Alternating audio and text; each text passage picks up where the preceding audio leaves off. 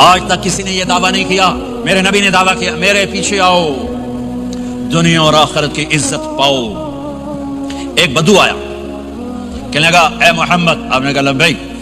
آپ بدتمیزی کے جواب ہمیشہ محبت سے دیتے تھے. آپ نے کہا لبیک. کہنے لگا 3 باتیں سمجھ میں نہیں آتی تمہاری. آپ نے کہا کیا؟ کہ تم کہتے ہو ہم باپ دادے کا دین چھوڑ کر تیرے دین پر آئیں گے, ہم کیوں چھوڑیں گے؟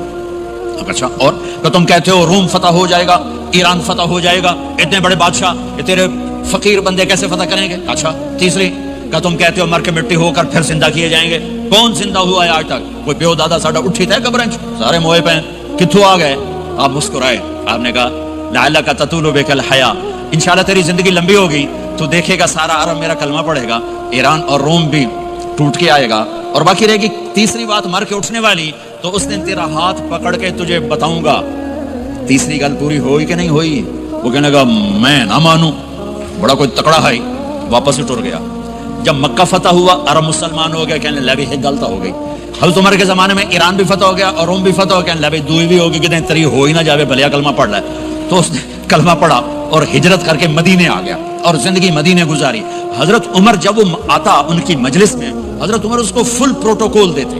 تو صحابہ حیران ہوتے, ایک بدو کے لیے عمر جیسا بندہ پروٹوکول کیوں دیتا ہے؟ تو ایک دن انہوں نے فرمایا میں تمہیں بتاؤں میں سے کیوں پروٹوکول دیتا ہوں. میں اس مجلس میں تھا جس میں یہ آیا تھا, اور اللہ کے نبی نے اسے فرمایا تھا قیامت کے دن تیرا ہاتھ پکڑ کے تجھے یاد دلاؤں گا کہ موت کے بعد زندگی ہے کہ نہیں, اور قیامت کے دن جس کا ہاتھ میرے نبی نے پکڑ لیا جنت میں پہنچانے سے پہلے کبھی نہیں چھوڑیں گے. لہٰذا یہ بڑا خصوصی آدمی ہے, اس کو میرے نبی نے پکڑ کے جنت میں پہنچانا ہے. میرے بھائی بہنوں میں یہ کہنے آیا ہوں اپنے ہاتھ چھڑا کر نبی کے ہاتھوں میں دے دو. میرے نبی ایک خوبصورت زندگی لے کر آئے جس میں کچھ حصہ عبادات, مختصر عبادات ہیں. نماز 5 وقت ہے, باقی کچھ نہیں. روزہ سال کے بعد ہے, وہ ابھی آ رہا ہے. میرے نبی پہ 9 رمضان آئے, 9 میرے نبی پر 9 رمضان آئے. مدینہ جانے کے بعد ہجرت کے دوسرے سال شعبان کی 2 تاریخ کو پیر کے دن روزے کا فرض ہونا نازل ہوا, اور میرے نبی ستمبر میں پہنچے ہیں مدینہ منورہ, اور رمضان یوں پیچھے جا رہا ہے. ستمبر سے اگست میں آیا ہے, اگست سے جولائی میں آیا ہے, اور جولائی سے جون میں آیا ہے, اور میرے نبی اللہ کے پاس چلے گئے. سارا رمضان میرے نبی نے گرمی کا گزارا. 9 رمضان سارے گرمی کے روزے, اور میرے نبی کی سحری ہوتی تھی 2 کھجور اور 1 گلاس پانی پر روزہ رکھتے تھے عام طور پر. کبھی کبھی کھانے کو بھی مل جاتا تھا, لیکن 2-3 کھجوریں اور 1 گلاس پانی. اس پر میرے نبی نے 9 رمضان گزارے, اعتکاف کر کے دکھایا. پورا مہینہ 20 دن 10 دن, پھر ساری زندگی 10 دن کا اعتکاف فرمایا شب قدر کی تلاش میں, اور امت کو خوشخبری سنائی. بھائی رمضان آ رہا ہے تو میں تھوڑی سی تفصیل بتا دوں. میرے نبی منبر پر آئے, کہنے لگے ماذا یستقبلکم وماذا تستقبلون, وہ کون آ رہا ہے؟ صحابہ وہ کون آ رہا ہے؟ پھر ہم نے کہا وہ کون آ رہا ہے؟ حضرت عمر کھڑے ہو گئے, یا رسول اللہ اوحی نزل, کیا کوئی وحی آ گئی؟ کہا کیا کوئی دشمن آ گیا؟ نہیں. تو پھر کون آ رہا ہے؟ آپ نے کہا رمضان آ رہا ہے, رمضان آ رہا ہے. جنت کے دروازے کھل گئے, جہنم کے دروازے بند ہو گئے, رات کی تراویح کی نماز ملی. آپ کا رمضان آج کل بڑا اوکھا ہوگا لیکن اجر بھی بڑا ہوگا. میں نے ایک دن پہلے واپسی رکھی بھی, 18 گھنٹے کون ہی تھے بکھر ہوئے. آپ تو پھنسے ہوئے, میں تو نہ پھنسوں. تو پھر اس کا اجر بھی اس کے مطابق ہوگا, اجر بھی اس کے مطابق ہوگا. تو میرے نبی کا سارا رمضان گرمیوں میں گزرا ہے, گرمیوں میں گزرا ہے. اور آپ نے 3 دن تراویح کی نماز پڑھائی. پہلے کسی امت پہ تراویح نہیں آئی, ہماری امت اس امت پہ تراویح کی نماز آئی. پہلی امت کا روزہ مشکل, تو ہمیں ایک آسانی ملی, قیس بن سریمہ. پہلی امت کا روزہ 24 گھنٹے, 24 گھنٹے, 24 گھنٹے. جب ہمارے اوپر رمضان آیا 24 گھنٹے, پہلا روزہ, دوسرا روزہ. قیس بن سریمہ ایک صحابی ہیں, اونٹ چرانے والے. اگلا روزہ کیسے شروع ہوتا تھا؟ سورج ڈوبنے کے بعد آنکھ لگ گئی, روزہ شروع ہو گیا, روزہ شروع ہو گیا. جب تک جاگ رہے ہو کھاتے رہو, آنکھ لگی روزہ شروع ہو. یہ گھر آئے, کہنے لگے بیوی سے کوئی افطاری ہے؟ کہنے لگے ویلے بیٹھے ہیں, کیسا کوئی نہیں. پھر کہنے لگے تو اتنا تھک کے آیا ہے تو چلو میں تیرے لیے کچھ انتظام کر کے لاتی ہوں. اب یہ تھکے ہوئے آئے تھے, یہ لیٹے اور آنکھ لگ گئی, سورج ڈوب گیا. بیگم کو آنے میں دیر ہو گئی. جب وہ آئی دیکھا تو سوئے ہوئے. کہا لگتا ہے ابن سریمہ, ارے سریمہ کے بیٹے تیرا تو کم ہو گیا. ان کی آنکھ کھلی, کیا ہوا؟ کہ اگلا روزہ شروع ہو گیا. تو ظہر کی نماز میں آئے, مسجد میں تو بے ہوش ہو کے گر گئے. تو اللہ کے نبی نے پوچھا اس کو کیا ہوا؟ کہ یا رسول اللہ یہ سحری کے بغیر روزہ شروع کر دیا. تو میرے نبی کا دل ایک دم مٹھی میں آیا, تو میرے اللہ نے قرآن اتارا, چل میرے حبیب آپ کو رنجیدہ نہیں دیکھ سکتا, آپ کی امت کو اجازت ہے سحری تک کھاؤ, کلوا واشربوا حتی یتبین لکم الخیط الابیض من الخیط الاسود من الفجر ثم اتموا الصیام الی اللیل. رات کو آسانی کر دی, کھاؤ پیو. جب روزہ شروع ہوا تو ہر شے حرام ہوگی, بیوی بھی حرام ہوگی, خامد بھی حرام ہوگا, ہر شے حرام ہوگی. ایک دو واقعات اس طرح اوپر نیچے آئے کہ میرے رب نے سارا نظام بدل. ایک اور بدو آ گیا, یا رسول اللہ میں تو مارا گیا. آپ نے کہا کیا ہوا؟ کہ میں روزے کی حالت میں بیوی کے پاس چلا گیا. آپ نے کہا اچھا تو غلام آزاد کر. کہ میں غریب بندہ کہاں سے غلام آزاد کروں؟ آپ نے کہا تو پھر 60 مسکینوں کو روٹی کھلا. کہنے کہا میں آپ مسکین میں کتنی روٹی کھواؤں؟ آپ نے کہا اچھا پھر 60 روزے رکھ. کہنے کہا ایک روزے آئے کم کیتا 60 روزے کی تھوک, ایک روزے میں یہ چاند چڑھایا, 60 روزوں میں کیا کروں گا؟ تو آپ بڑا ہنسے. آپ نے کہا اچھا بیٹھ جا. تھوڑی دیر گزری تو ایک صحابی آیا, یا رسول اللہ یہ صدقے کی کھجوریں ہیں. تو آپ نے او بھائی کتنے ہیں جو بیٹھا کیوں رہا, یہ لے جا اور مدینے کے 60 غریبوں کو دے دے. وہ کہنے لگا یا رسول اللہ اللہ کی قسم مدینے میں مجھ سے بڑا غریب کوئی نہیں, تسی یہ نہیں کرو, میرا جرمانہ میں نے حلال کرو.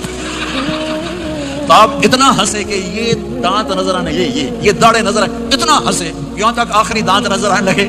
آپ نے کہا اچھا بھائی تیرا جرمانہ تینوں ہی حلال کیتا, پر اور کسی واسطے نہیں, صرف تیرے واسطے.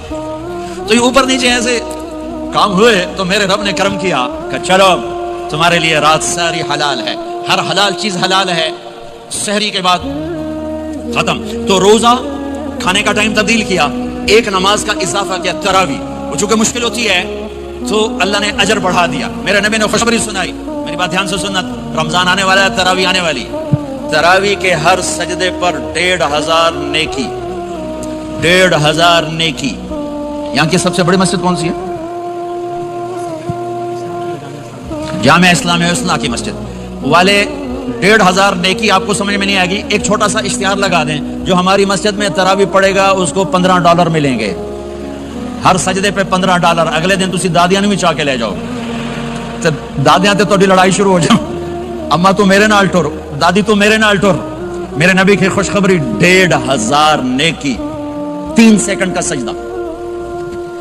ہر سجدے پر جنت میں سرخ یاقوت کا ایک محل جس کے 60,000 سونے چاندی کے دروازے. تسی ایک گھر لے کے ساری زندگی قرض لائی رکھ دے ہو نہیں. ایک سجدے پر, ایک سجدے پر, ایک سجدے پر جنت میں اتنا بڑا گھر کہ 60,000 سونے چاندی کے دروازے. ہر سجدے پر جنت میں ایک درخت سونے چاندی کا جس کے نیچے 100 سال گھوڑا دوڑ سکے. ایک روزہ, ایک روزہ. رمضان کا کبھی سوچا رمضان کا مطلب کیا ہے؟ رمضان کو رمضان کیوں کہتے ہیں؟ اللہ نے 11 مہینوں کے نام عربوں سے رکھوائے اور روزے کے مہینے کا نام خود رکھا قرآن میں, شہر رمضان الذی انزل فیہ القرآن. محرم, صفر, ربیع الاول, ربیع الثانی, جمادی الاولی, جمادی الثانی, رجب, شعبان, شوال, قعدہ, ذوالحج. یہ عربوں نے نام رکھا, اور رمضان پہلے سے رکھا جا چکا تھا, عربوں سے رکھوایا. رمضان کے لفظ اور روزے میں کیا جوڑ ہے؟ رمضان کہتے ہیں جل جانا, جل جانا, جل جانا.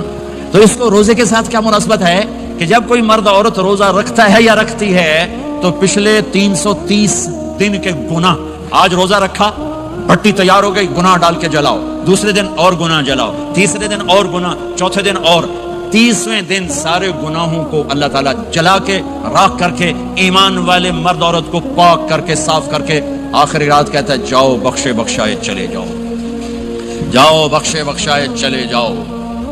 تو میرے نبی تو 2 کھجور پہ روزہ رکھتے تھے. اور ایک بڑا خوبصورت واقعہ ہے رمضان کا, کہیں سے بکرے کی سری پکی ہوئی آ گئی تو آپ بڑے شوق سے کھا رہے تھے, اور ساتھ ارباز بن ساریہ بھی تھے, حضرت علی بھی تھے, اور حضرت مقداد بھی تھے. 3-4 آدمی سحری کھا رہے تھے. بلال رضی اللہ تعالیٰ عنہ آئے کہ یا رسول اللہ سحری کا ٹائم ختم ہو گیا ہے, میں اذان دینے جا رہا ہوں, آپ کھانا پینا بند فرما دیں. آپ نے کہا ٹھیک ہے.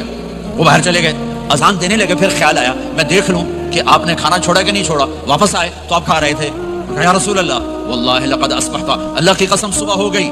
آپ نے ہاتھ پیچھے کر لیا, کہا ارے بلال نہیں ہوئی تھی, نہیں ہوئی تھی, تیرے قسم کھانے پر اللہ نے پہلے نکال دیا کہ تیری قسم جھوٹی نہ پڑے. حضرت علی نے فرمایا اگر بلال قسم نہ اٹھاتے تو جب تک میرے نبی کھاتے رہتے اللہ صبح کو پیچھے ہٹاتے جاتے. دیگ پک رہی تھی, ابو عبیدہ رضی اللہ تعالیٰ عنہ بن جراح وہ دیگ پکا رہے تھے, بکرا. آپ نے کہا ابو عبید یہ مجھے